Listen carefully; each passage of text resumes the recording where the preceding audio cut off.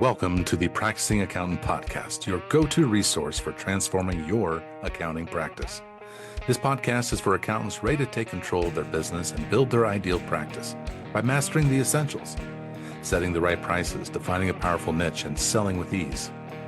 We'll dive into strategies that boost profits, attract your ideal clients, elevate your services, and help you choose the most effective pricing models.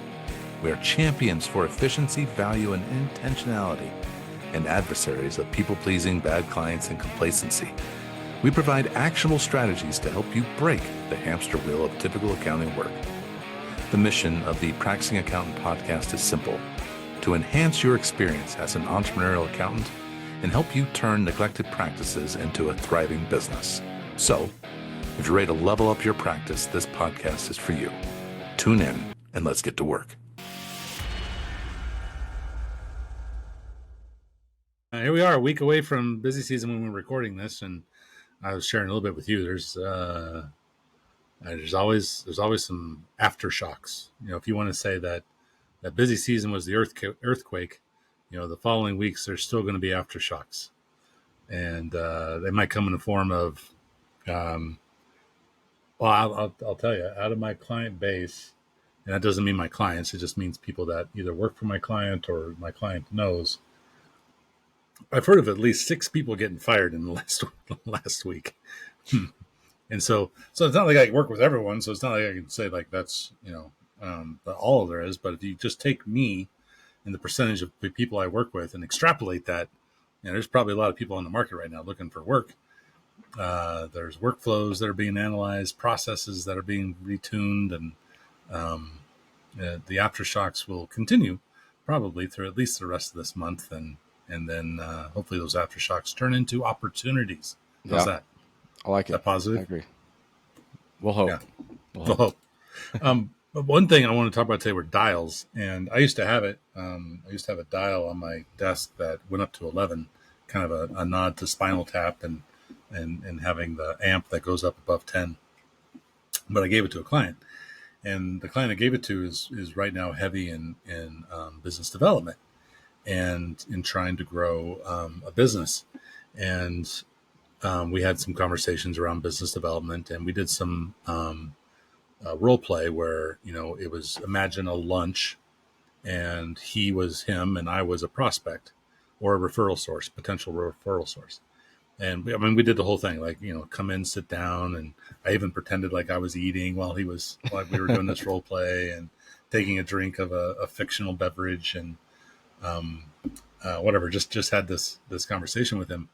But one of the dials that he had preset is his aggression. And I don't mean like being a jerk, but being aggressive around asking for work. Mm-hmm. And not only that, but just having a little bit more fun with that conversation. So he was very methodical. Like, tell me about where you have pain points in your business, and what services have you received from your current professional service provider that weren't delivered on time or in the way you wanted it to. So leading question after leading question after leading question.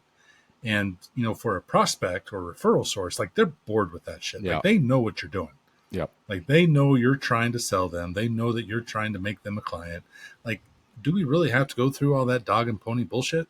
And then at the end, he's just going to say, oh, I do all those things. No matter what. Exactly. Exactly. Oh, well, we have a system for that. And we've got this fancy deadline builder that we make that makes sure that every deadline is met 5 days before the actual deadline, so that you're blah, blah, blah, whatever. Yeah.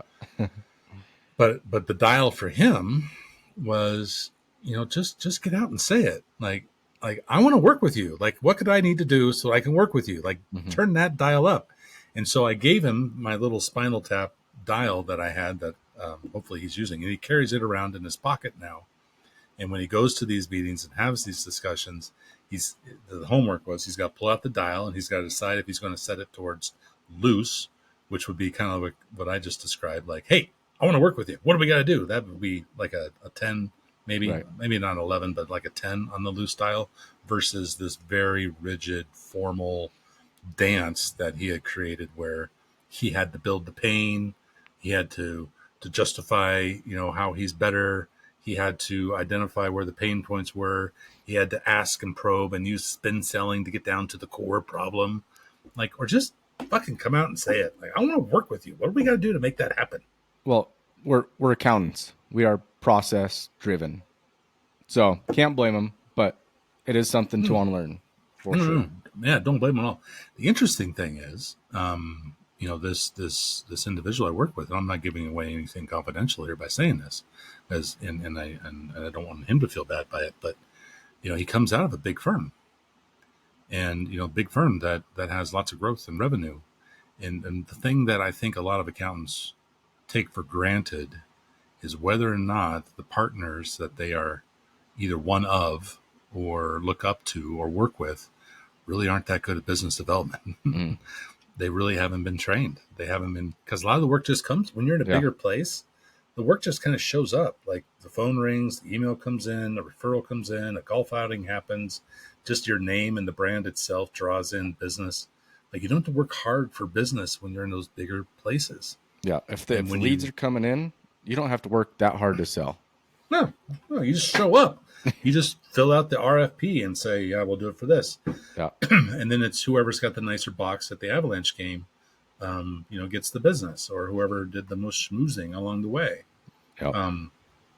But and I think it's one of the tougher things for a new accountant, a new independent accountant, a SOHO, one of the folks that we like to talk to and work with is stepping into a place where business development isn't just coming, whether they came from a big firm or a small firm, or it's their first time doing it, it just doesn't always show up. And I think that's a dial that I think we can talk about a little bit here. We've just gotten out of the busiest time of the year. There's still busy times to come, but this was the busiest. We're tired. We're worn out. We want to go on vacation. We want to take time off. We want to sleep in. We want to push off the work that we extended and not finalize it until September.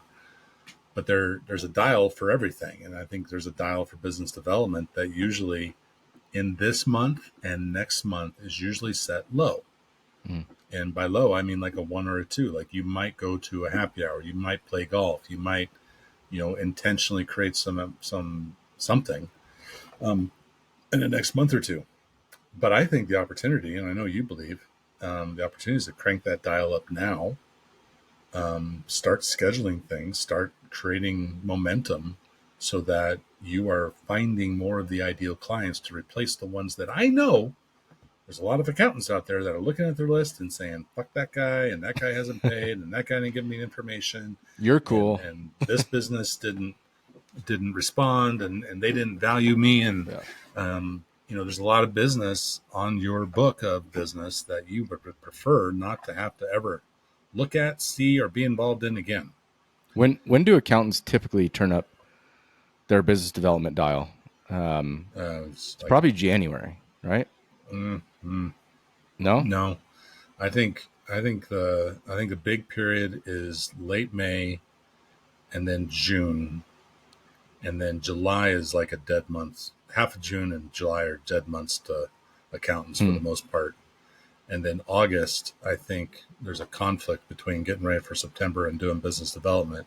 Then you get through 9/15, you get through 10/15, and that's when the big push happens, is in that fall. Okay, so fall through January essentially is because that's when they're looking at their goals, they're looking at their business, they're looking at their client list, they can see the work they have coming up for that busy season. They can see that they want more, or they want to replace some of the stuff they have, and they hit it hardest in that fall timeline or time frame. In my experience, it doesn't mean it's right. It's just what I've seen. Yeah, that's about what we used to do. Mm-hmm. And so the opportunity is really to be hitting that hard now, especially for a number of reasons. There's a lot of underserved clients out there. There's a lot of clients that work with accountants who didn't have enough capacity to serve them well, who may have extended them when they didn't really want to be extended, who may have been late in a lot of things, who may have sat on their work for a month or two. Now, I'm sure there's someone listening to this going, well, shit, that was me. It may have been you. But there's a lot of clients out there that, they are a phone call or a conversation or a referral away from switching. And all they need to know is that there's someone that can do better than what they just experienced. So the iron is hot. I want to say something to the firm owners that they're at capacity and they get all their clients from referrals and they don't think they have to do business development. There's no such thing as too much demand. The extra demand over the capacity that you have to serve is pricing power. Mm-hmm. So, and that's the word I bring up almost every podcast. We Like do a lot. just keep that demand high, because that just means you're more valuable and you can charge more and be more selective with those clients. It's frustrating when people just stagnate and think they have enough clients. You can never have enough demand. Well, I worked with a guy today earlier, and he had a difficult busy season. He lost a resource, which never helps anybody, but it happens. And so he didn't have the capacity he thought he was going to have. So I don't blame him for that. But he did take on clients in January and February. And not only did he do that, but he took on clients whose books were not done by him.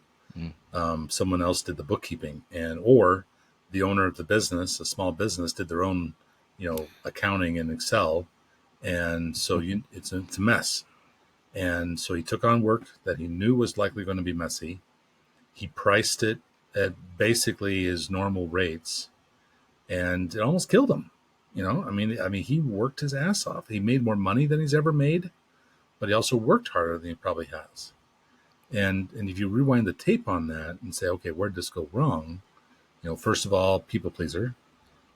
Second of all, not planning right. Third of all, not sticking to his own guns around the type of clients that he would work with.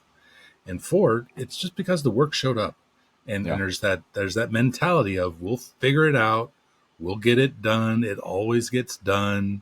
And I'm just going to throw it on top of the heap of clients that I'm extending that just keeps getting bigger. And that's okay. Yeah, I should throw a giant disclaimer on what I just said. Don't take all those clients that you just created demand with. Right, exactly. You have to say no to most of them, but yeah, well, you got to say no to the ones that just don't fit. The ones that for some reason just aren't the ideal, whatever that might be, industry or size or complexity. Mm-hmm. That's another thing I heard a lot of this year was a lot of taking on complex work that the resources didn't exist to support it. And a lot of accountants, because accountants are great at saying, I'll figure it out, or I'm sure I'll be able to do this. And a lot of them I talked to this year, a lot of the stress has come from not having the technical ability or resources to do some of the work that they took on. And to your point, and mine as well, that's again the position where you should be saying, no, I can't do it, I'm not interested in doing it, don't want to take on the risk of doing it. And so that dial, that's the people pleaser dial. Like that people pleaser dial should always be set, at something very intentional. But with new work, the people pleaser should not really be involved with new work. What should be involved with new work is, is this right for my business? Is this the kind of work do I want? It's not about, do I make this person happy? Like that's not the dial. Like now, when they're a client, you want to serve them and make them happy, of course. Right. But to get there, the people pleaser shouldn't be involved. The firm pleaser should be involved. The me pleaser should be involved. Yep. The bank account pleaser should be involved. The ideal client pleaser should be involved, but not the generic client who I've never talked to before today, who called me and said, "Oh, I'm in a real lurch, and my former tax guy just fired me, and I've got nowhere to go with all this work, and I'll pay top dollar for it, and I just wish I had someone to serve." Yeah. No, sorry, doors are closed. Have you ever been to a store that like you're walking up and they just change the sign from open to close, and you try to get in, like I've had it happen a couple times, and they're very, very good at saying, "Sorry, we're closed." Yeah. And I'm like, I've got money. I'm going to buy a shirt. Like, come on, open the door. Sorry, we're closed. Right. Like, what kind of a business is that? And I walk away pissed off, and then at the same time, I'm like, good for them, Right. Yeah, you have to hold those boundaries. But those dials, people pleaser dial, business development dial, like because there's so many underserved tax preparers, business owners, it is a great time right now to be going out there and rekindling referral sources, putting the vibe out there of what you're looking for, to start an inflow of ideal clients so that you can start getting rid of those that aren't, and right sizing the firm, creating that pricing power by being an expert in a niche, Yep. and creating a better practice going into this fall and next year. Yep. Start getting some visibility now, because as you and I know, gaining visibility is a long-term thing.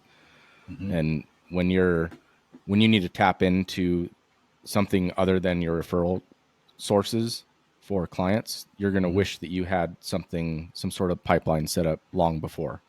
So now's a Can we great time to talk start. about marketing for a minute? Yeah. Mm-hmm. So, you know, I'm on LinkedIn. We don't do much the practice. We don't do anything on LinkedIn for the practicing accountant. But what I've noticed on LinkedIn now is all the accountants on there on LinkedIn, all they're doing is just like boosting their own content, replying to each other's content. It's like this big clique of accounting influencers or wannabe influencers that are just boosting their own shit. And some of them have some intention behind it, like, you know, they're marketing or they're selling leads or they're, you know, maybe consultants or coaches. Right. And a lot of them are just, I don't know what's going on, but like it's becoming like more like Facebook. There's a lot of commentary and dialogue, a lot of pissed off people, but it just doesn't seem like LinkedIn is the best place for a CPA or an accountant to try to get business.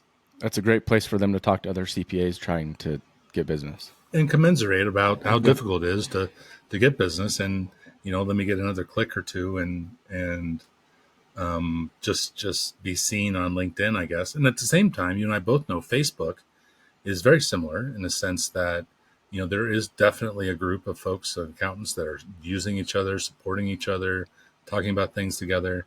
And there's a lot of them that are just, you know, replying to boost whatever they're selling to accountants. Yep. And I guess what I come back to in this whole conversation around marketing is authenticity, like just, you know, authentically wanting to help or, you know, support each other. Like I just wish there was a community like that.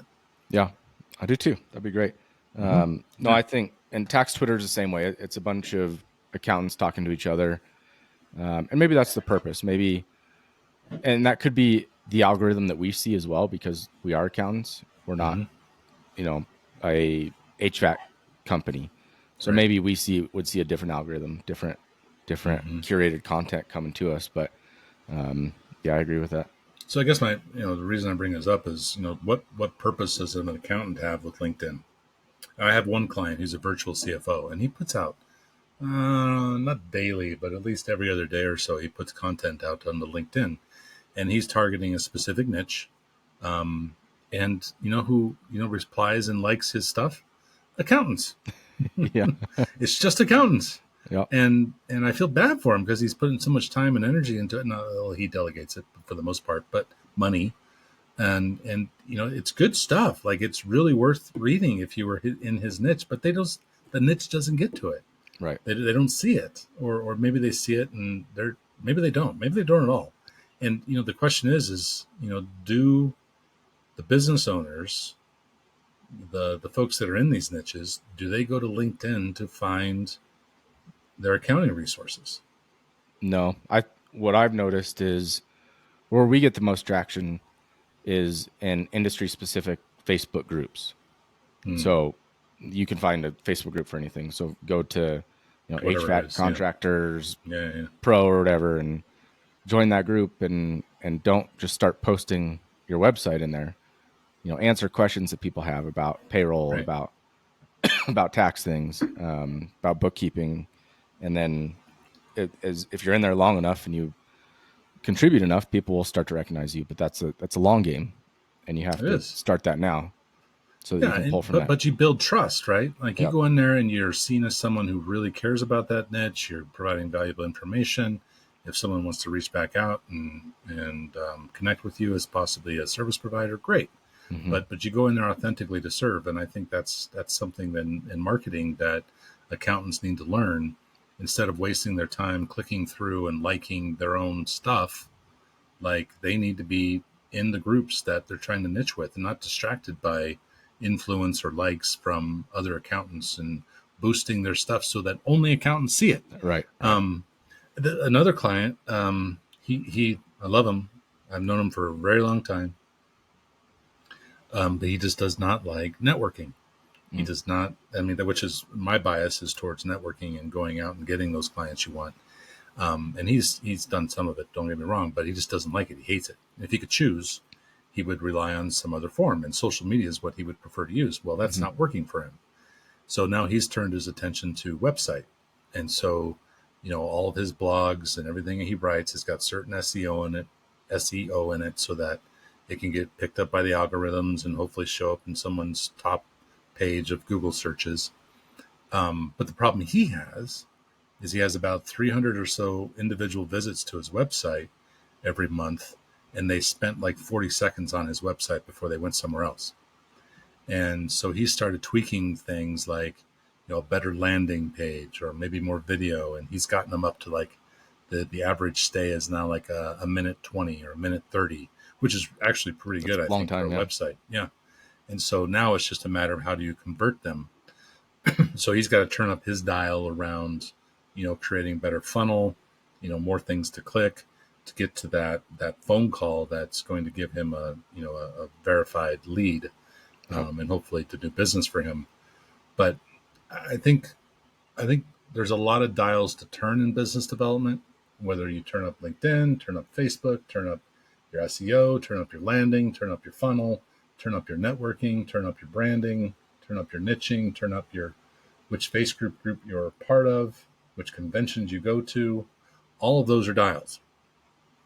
And I think from an accountant who's trying to get more clients, they need to decide which dials they're going to turn up because they can't turn them all up. And they need to make sure it's the right one for the ideal client they're trying to get.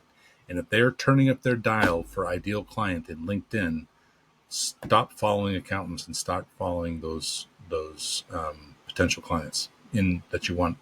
And if it's in Facebook, to your point, go to the groups, provide value to them, go in there without a salesy pitch, give away great information for free. If it's networking, the concept you and I have created, which is niche working, is, do your networking around your niche. So it's focused, speak to your expertise so you can build the pricing power. Just be mindful of the dials and where you're turning them up and making sure that's where you can best reach your ideal clients. Yep. Quick tip for your client that's using his website as his main traffic generation platform. If he doesn't, and this is a tip for anybody that has a website, you should have a Facebook pixel and a Google Analytics piece set up on your website so that even if you're not doing Facebook or Google marketing now, when you decide or if you decide, you now have an audience that is somewhat warm and has already been to your website to target with ads. So gotcha. Just look on YouTube how to set that up in your website. Or if you had someone develop a website, what would you if you were going to YouTube and to type it into the search, what would you type? I think it depends on if you built your website in Wix or Squarespace, you would say add Facebook pixel to my Squarespace page. But it's add Facebook pixel to my website. Yep. And then you'd have to pick WordPress or whatever it is that you've used to build it. Yep. Okay. Good tip. Nice. And that way you have that sort of custom audience that you can market to in Facebook if you decide to run ads. So start that now. Doesn't hurt anything. It's free. Nice. So. Good tip. Yeah. So in summary, don't wait to turn up your dial till November. Don't wait till August. I'm not going to say it's the end of busy or that you should act like it's still busy season, but maybe you should. It's just a different kind of busy season. It's a busy season to get rid of the clients you don't need, want, or are priced, old pricing model, and start making room for great clients in your niche that are more ideal that you can replace those old ones with, so that when you land next year, our hope and our intention always is work less, make more. But just to really have that pricing power so that you can do that. Yep. Awesome, man. So that's all I got to say. That's the end of unless you got anything else, right? Nope, I'm good. Nope. So that's that for the Practicing Accountant podcast. Thank for everyone for watching. We hope you share and like this episode, and continue to tune in. We've got some news that will be coming out here in the next month or two about a new platform that we are exploring, as well as some learning that goes along with it, some community, and even some coaching that, depending on how long and how committed you are, might just end up being you and me together one-on-one someday. There you go. Awesome, dude. Thank you. Cheers.